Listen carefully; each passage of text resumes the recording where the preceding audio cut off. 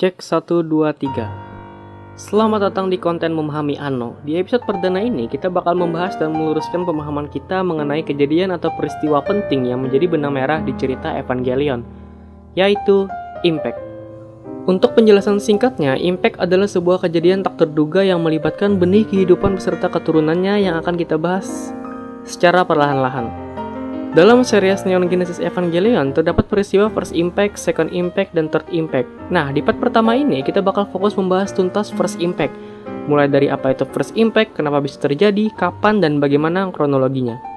Oh iya, kalau kalian langsung mau lihat alur First Impact dan kesimpulan tanpa mendengar pembahasan panjang lebar di bawah, kalian bisa langsung ke menit yang ada di deskripsi.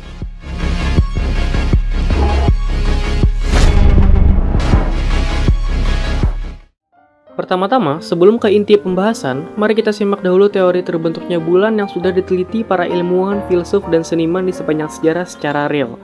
Gunanya untuk apa? Agar kita memahami teori mana yang akan dipakai di series Evangelion ini. Terdapat 4 teori terkenal yang sudah kita rangkum sebagai berikut. Pertama, teori visi. Pada tahun 1880-an, George Darwin memberi gagasan kalau bulan tampak begitu mirip dengan bumi, karena dia berpikir kalau pada masa lampau yang jauh, ada terdapat bagian daratan bumi yang terlempar akibat terlalu cepat berputar dari porosnya.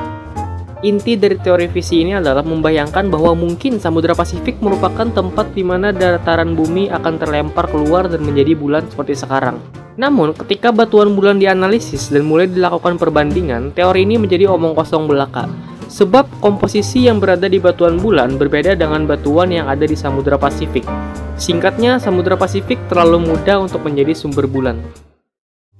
Kedua, teori tangkapan. Teori ini menunjukkan bahwa bulan berasal dari suatu tempat di galaksi Bima Sakti yang benar-benar independen dari bumi atau 100% berbeda dengan bumi. Dimana ini berarti pada suatu titik saat orbit bulan berada cukup dekat dengan bumi, gravitasi bumi menarik dan menangkapnya. Teori ini kurang disukai oleh para ilmuwan karena simpelnya bulan tidak mempunyai komposisi yang cukup untuk melakukan perjalanan dengan kecepatan yang stabil sehingga bisa kebetulan ditarik oleh gravitasi bumi. Begitu juga sebaliknya, bumi tidak mungkin menyelaraskan energinya agar bulan bisa ditarik dan mengorbitnya menggunakan gravitasi bumi. Ketiga, teori kondensasi. Hipotesis ini menyatakan kalau bulan terbentuk pada saat yang sama dengan bumi, yang keduanya berasal dari nebula asli yang membentuk tata surya. Nah, mudahnya setelah ledakan Big Bang, bumi dan bulan terbentuk langsung tanpa ada proses individual lagi seperti teori kedua. Kelemahan teori ini adalah kembali seperti teori visi. Seharusnya bila dibentuk bersamaan, bumi dan bulan memiliki komposisi dan sifat yang mirip, seperti gaya gravitasinya, kepadatan, inti dalam, dan lain-lain. Sedangkan kenyataannya, bumi dan bulan benar-benar berbeda. Keempat, teori tubrukan besar.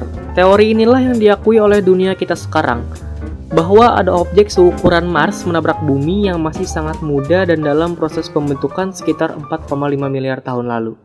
Para ilmuwan menyebut objeknya Theia. Ingat, ini yang dikatakan oleh ilmuwan di dunia kita, bukan istilah dalam Evangelion. Ketika Theia menabrak bumi, sebagian dari Theia terlepas dan mengaras menjadi bulan seperti sekarang. Dan penelitian terbaru yang diterbitkan di jurnal Science menunjukkan bahwa ketika Theia bertabrakan dengan bumi, separuh dari Theia tercampur dan merata di dalam bumi. Nah, di antara keempat teori tersebut, di dalam dunia nyata, kita memakai teori nomor 4 yang sudah diteliti lebih lanjut dan diresmikan oleh para ilmuwan. Bila kalian tertarik dengan asal-usul bulan, silahkan cek linknya di deskripsi.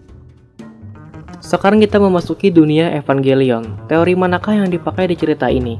Tapi pertama-tama hal penting yang harus kita ketahui adalah kalau bulan di Evangelion adalah sebuah bahtera atau kapal yang berisikan satu benih untuk kehidupan, satu tombak sebagai kunci darurat, dan satu buku panduan tentang kehidupan dari awal sampai akhir yang diberi nama Dead Sea Scroll. Mungkin semua aspek tadi akan kita bahas detailnya di kesempatan yang lain karena inti pembahasan kali ini adalah peristiwa atau fenomena First Impact.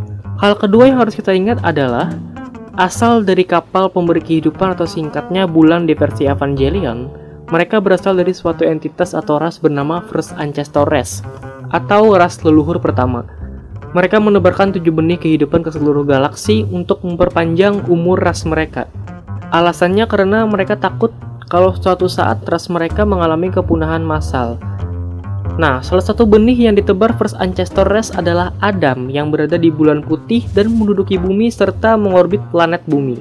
Walau masih banyak tanda tanya mengenai ras ini, kita bakal bahas juga di episode yang akan datang. Teori yang paling mendekati kebenaran dari asal-usul bulan di Evangelion adalah teori tangkapan dan tubrukan besar. Yang intinya, bumi melakukan kontak dengan objek asing luar angkasa sehingga terbentuk bulan. Oke, apakah Evangelion mengikuti teori resmi di dunia nyata? Jawabannya adalah tidak. Teori tubrukan besar bukan jawaban yang tepat. Dalam cerita Neon Genesis Evangelion, kita diberikan informasi kalau fenomena First Impact yang terjadi 4 miliar tahun lalu, penyebabnya adalah sebuah objek bertabrakan dengan bumi yang mengakibatkan terjadinya ledakan besar.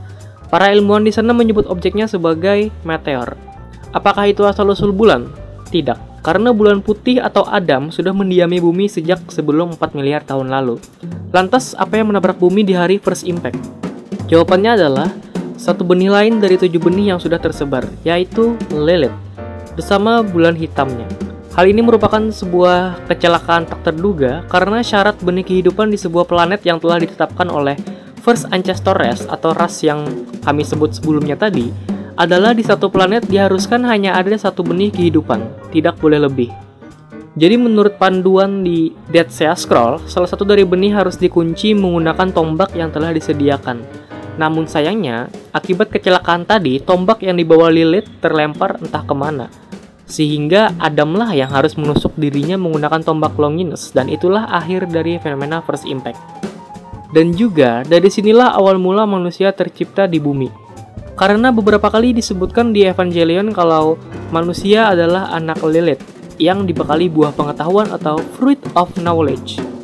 Oke, mungkin dari kalimat itu ada 2 pertanyaan yang muncul. Pertama, apa maksudnya dari anak Lilith? Dan apa itu buah pengetahuan? Gampangnya, para benih yang ditebar First Ancestor Race memiliki 2 opsi jalan keturunan yang berbeda yang kita ketahui untuk saat ini, yaitu buah kehidupan atau Fruit of Life dan buah pengetahuan atau Fruit of Knowledge. Kita akan membahas lebih detail tentang kedua buah tersebut lain kali. Intinya, Lilith memilih opsi Fruit of Knowledge, atau hasilnya adalah keturunan dari Lilith adalah manusia. Nah, keturunan benih yang memiliki buah pengetahuan ini akan menjadi terbatas atau tidak abadi dan dalam bentuk tetap, dengan individu-individu yang mengandalkan keberadaan kolektif untuk kekuatan, peradaban, dan teknologi menjadi hasil akhir. Maksudnya adalah, kelebihan keturunan buah pengetahuan ini akan mendapatkan akal, yang mendorong mereka semakin berkembang untuk membentuk sebuah kekuatan, koloni, teknologi yang kita kenal sebagai peradaban manusia. Namun, kekurangannya adalah kemampuan fisik yang dimiliki terbatas dan dalam bentuk yang tetap. Untuk penjelasan ini ada 2 kemungkinan yang terjadi. Pertama, maksud dari bentuk yang tetap adalah ketahanan fisik, bentuk tubuh akan selalu sama sampai kapanpun. Dengan kata lain, tidak akan berumur panjang. Atau kemungkinan yang kedua, manusia akan selalu terjebak di dimensi yang sama, atau di ruang lingkup 3 dimensi, dan tidak akan pernah menyentuh dimensi yang lebih tinggi.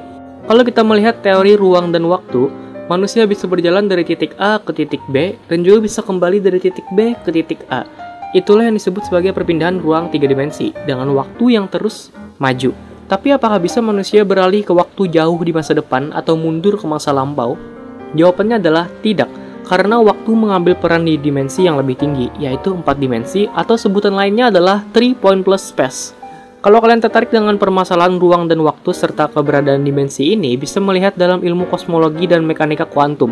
Atau mungkin kita akan bahas di pembahasan yang lain, yang tentunya akan berhubungan dengan hukum di Evangelion. Salah satunya, sosok Ray Quantum. Balik ke pembahasan. Kalau kita memilih opsi kedua, akan ada hubungannya dengan dunia LCL atau kamar Guf dan episode terakhir di Neon Genesis Evangelion, yang memperlihatkan kalau Shinji tidak terbatas pada ruang 3 dimensi tersebut. Bahkan Shinji bisa mengubah bentuk dirinya menjadi sesuatu yang lain bila kalian ingat dan nonton. Bisa kita anggap kalau Shinji berada di dimensi yang lebih tinggi seperti halnya Ray Quantum, dan kita akan bahas juga lain kali. Nah, apakah manusia sendiri bisa melakukan perjalanan dimensi yang lebih tinggi? Tentunya belum bisa. Karena itulah manusia berusaha memuaskan nafsu dengan terus menggali pengetahuan yang menghasilkan banyak penemuan-penemuan baru dan tentunya untuk memuaskan nafsu mereka. Anjas pesan moral. Setelah menjelaskan beberapa hal di atas tadi, semoga bisa meringankan beban pikiran kalian tentang basic cerita di Evangelion. Nah, biar lebih gampang lagi, kita bikin kesimpulannya, oke? Setelah melihat diagram yang ditampilkan, kita anggap kemunculan Adam dan bulan putih seperti teori yang kita pakai di dunia nyata, yaitu 4,5 miliar tahun lalu. Setelah setengah miliar tahun berikutnya, Lilith mendarat di bumi juga yang merupakan sebuah kecelakaan dan menyebabkan first impact. 4 miliar tahun berikutnya, atau lebih tepatnya 13 September tahun 2000, ketika ekspedisi Katsuragi berlangsung, fenomena second impact terjadi yang akan kita bahas di part selanjutnya.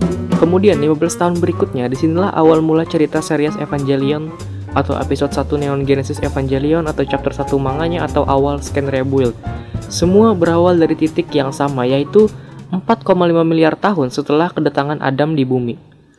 Oke, sampai sini saja dulu pembahasan kita kali ini. Jangan terlalu berlarut-larut. Bila kalian ada pertanyaan atau kritik dan masukan, silahkan tulis saja di kolom komentar. Jangan lupa like, subscribe, dan share kalau kalian suka konten ini agar channel Evangelion IDN lebih bisa berkembang ke depannya. Sampai jumpa di konten Memahami Anno berikutnya dengan tagline memahami franchise Evangelion dengan manusiawi dan mudah dimengerti. Bye-bye. Oh iya, satu lagi. Semoga pembahasan tadi bisa dipahami dengan mudah. Kalaupun ada yang masih belum paham atau terlalu susah untuk dicerna, silahkan tulis juga di kolom komentar untuk perkembangan kami berikutnya. Karena salah satu visi kami di konten ini dan di tahun 2021 ini adalah mengubah perspektif Evangelion bukan untuk semua orang menjadi Evangelion bisa dinikmati semua orang. Oke, bye.